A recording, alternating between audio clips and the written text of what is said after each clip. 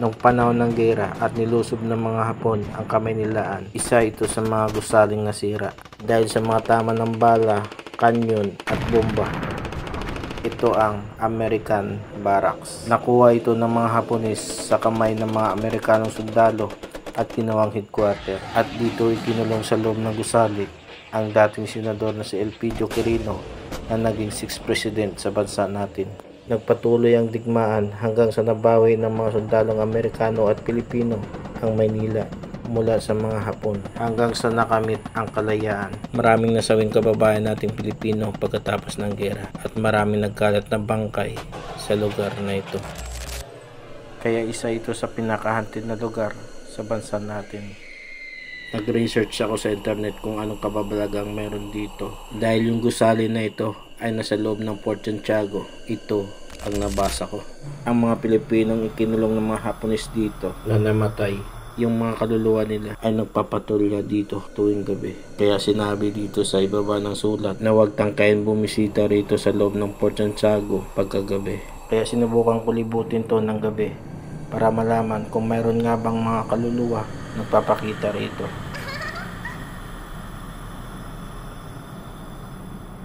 So sobrang tahimik yung lugar na to, no? Sa loob nito makikita natin ang mga lumang litrato ng mga taong nagbuwis ng buhay para sa bayan natin.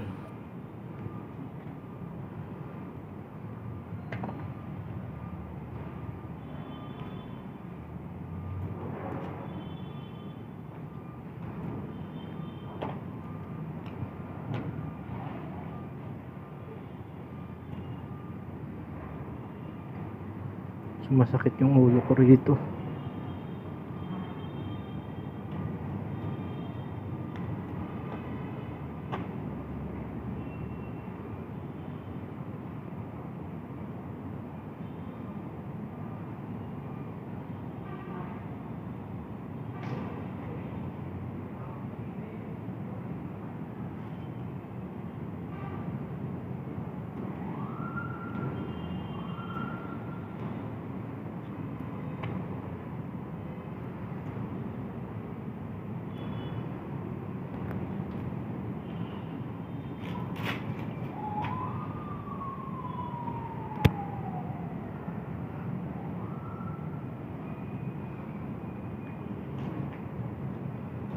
Parang may naririnig akong bumubulong.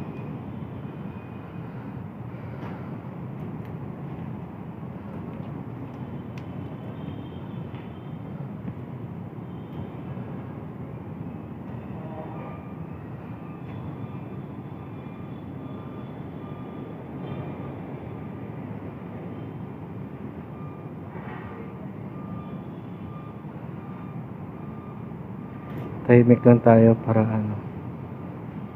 kung meron man tayo maririnig kaagad natin.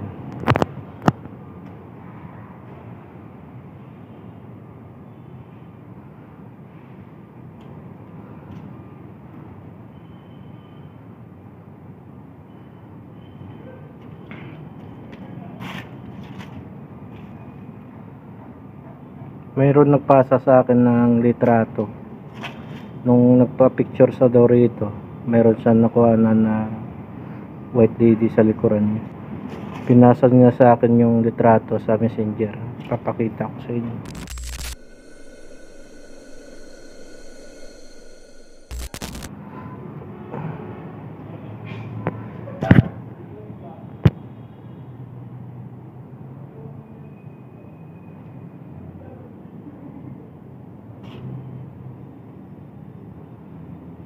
Diyan daw mismo nagpakita sa bintana na yan.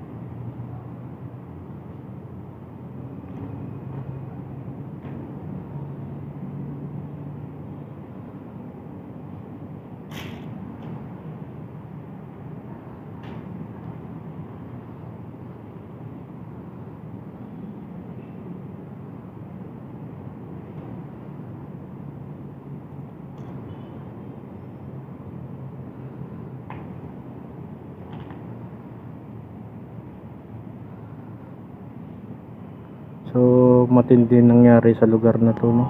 Sa mga pader ng Yung gusali, story na to. mayroong mga bakas ng bala na makikita. Ito, tad ng bala. Tapos dito rin sa kabila, meron din. Yan. Mga tama ng bala yan. Sa dami ng tama ng bala, siguradong marami ding binawian ng buhay dito.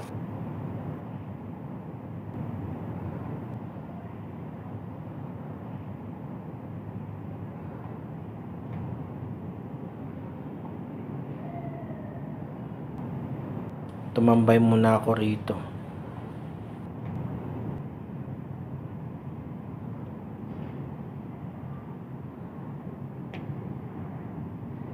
Dito lang tayo.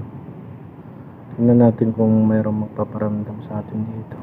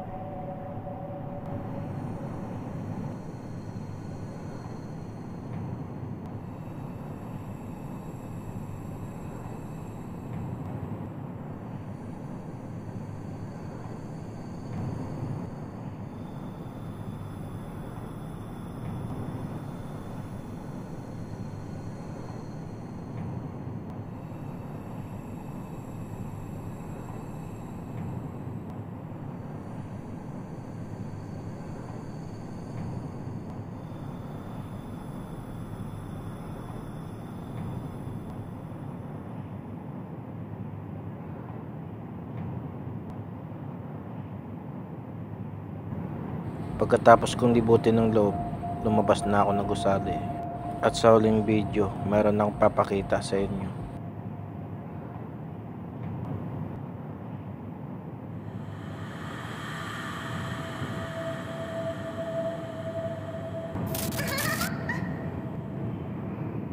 Tara, lalabas na tayo mga idol.